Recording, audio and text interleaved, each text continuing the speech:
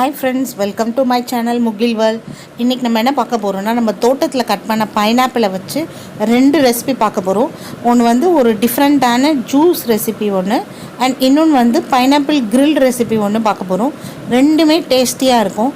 So அதுக்கு முன்னாடி பைனாப்பிளுடைய top portion இருக்குது பார்த்தீங்களா, அதை வந்து நம்ம எடுத்துகிட்டு திருப்பி அகெயின் நம்ம மண்ணில் நட்டு வச்சோன்னா ஒரு திருப்பி அது வந்து புது பைனாப்பிளாக கிடைக்கும். எங்கள் அம்மா அதை கட் பண்ணுறாங்க பாருங்கள். ஜஸ்ட்டு முறுக்குனாலே வந்துச்சு பாருங்கள் கையோட. ஏன்னா நல்லா பைனாப்பிள் பழுத்து இருக்கிறதுனால காட்டுறேன் பாருங்கள், அது எவ்வளோ ஜூஸியாக இருக்குதுன்னு உள்ள. இங்கே பாருங்கள், அதுக்குள்ளே பார்த்திங்கன்னா நல்லா மேலே லீஃப் அப்படியே க்ரீனாக இருக்குது, அண்ட் உள்ளே பாருங்கள் எல்லோவாக இருக்குது. நல்ல ஜூஸியான பைனாப்பிள் இது. இப்போ நம்ம இதை வந்து க்ளீன் பண்ணிக்கலாம். ஃபஸ்ட்டு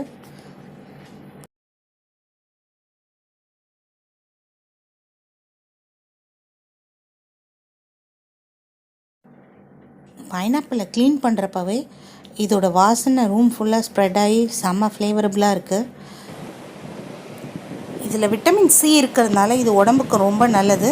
முழுசாக க்ளீன் பண்ணிவிட்டு காட்டுறேன். இப்போ ஃபுல்லாக க்ளீன் பண்ணி கழுவி எடுத்தாச்சு. ஒரு பிளேட்டில் வச்சு இதை நம்ம 2 ஆஃபாக எடுத்துக்கலாம். ஒரு ஆஃபை நான் வந்து க்ரில்லுக்கு யூஸ் பண்ண போகிறேன், அண்ட் ஒரு ஆஃபை நார்மல் க்யூப்ஸாக கட் பண்ணி ஜூஸ் போடுறதுக்கு யூஸ் பண்ண போகிறேன்.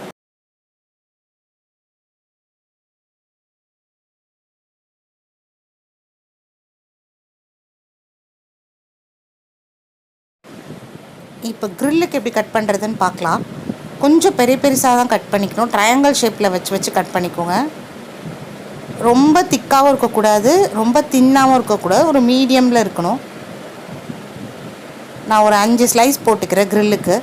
இப்போ இது ரெண்டுத்தையும் எப்படி பண்ணுறதுன்னு பார்க்கலாம். இப்போ நம்ம கட் பண்ண பைனாப்பிள்ஸ் எல்லாம் ஒரு மிக்ஸி ஜாரில் மாற்றி நல்லா கிரைண்ட் பண்ணி ஜூஸ் ட்ரைன் பண்ணிக்கலாம். பைனாப்பிள் நல்லா கிரைண்ட் ஆகி ஜூஸ் ரெடி ஆகிடுச்சு. இப்போ நம்ம இதை ஒரு பிளேட்டில் வச்சு சர்வ் பண்ணிடலாம். இப்போ நம்ம ஒரு பிளேட் எடுத்துக்கலாம். அதில் ஒரு கிளாஸ் கப் வச்சுட்டு நம்ம நல்லா ஒரு 1 டேபிள் ஸ்பூன் அளவுக்கு நம்மளே ஓனாக வீட்டில் ப்ரிப்பேர் பண்ண நன்னாரி சிரப் ஆட் பண்ணிக்கலாம். இப்போ நம்ம ஒரு டம்ளர் அளவுக்கு பைனாப்பிள் ஜூஸ் ஆட் பண்ணிக்கலாம். ஆட் பண்ணி ஒரு ஸ்பூனால் நல்லா நன்னாரியும் ஜூஸும் மிக்ஸ் ஆகிற அளவுக்கு கலந்துக்கலாம். ப்ரெசன்டேஷனுக்காக நம்ம ஒரு 2 பைனாப்பிள் வச்சுட்டு ஐஸ் க்யூப்ஸ் தேவையான அளவுக்கு ஆட் பண்ணிவிட்டு சர்வ் பண்ண வேண்டியதான் ஃப்ரெண்ட்ஸ்.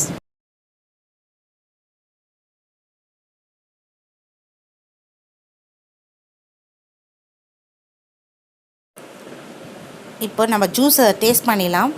சூப்பராக இருக்குது ஃப்ரெண்ட்ஸ்.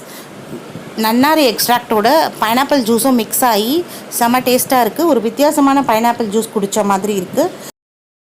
நெக்ஸ்ட்டு நம்மளுடைய 2வது ரெசிபி பைனாப்பிள் கிரில் பார்த்துக்கலாம். அதுக்கு என்னென்ன பொருட்கள் தேவைன்னா, பைனாப்பிளில் நம்ம அந்த பெரிய சைஸில் கட் பண்ணிட்டோம் ஆல்ரெடி. நான் ரொம்ப சிம்பிளாக தான் இந்த கிரில் பண்ணுறேன். ஸோ வந்து கொஞ்சம் சில்லி பவுடரு, கொஞ்சம் சால்ட்டு, கொஞ்சம் சுகர் எடுத்திருக்கேன். இப்போது சில்லியையும் சால்ட்டையும் நல்லா மிக்ஸ் பண்ணிடலாம். ட்ரையாகவே மிக்ஸ் பண்ணிவிட்டு பைனாப்பிள் மேலே இருக்க ஈரத்தில் அப்படியே பைனாப்பிள் மேலே தூவி விட்டு நல்லா மிக்ஸ் பண்ணாலே அது நல்லா கோட்டிங் பிடிச்சிக்கும்.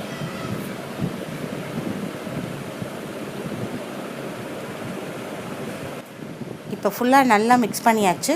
இதை ஒரு 5 to 10 மினிட்ஸ் மட்டும் சோக்காக விட்டுடலாம்.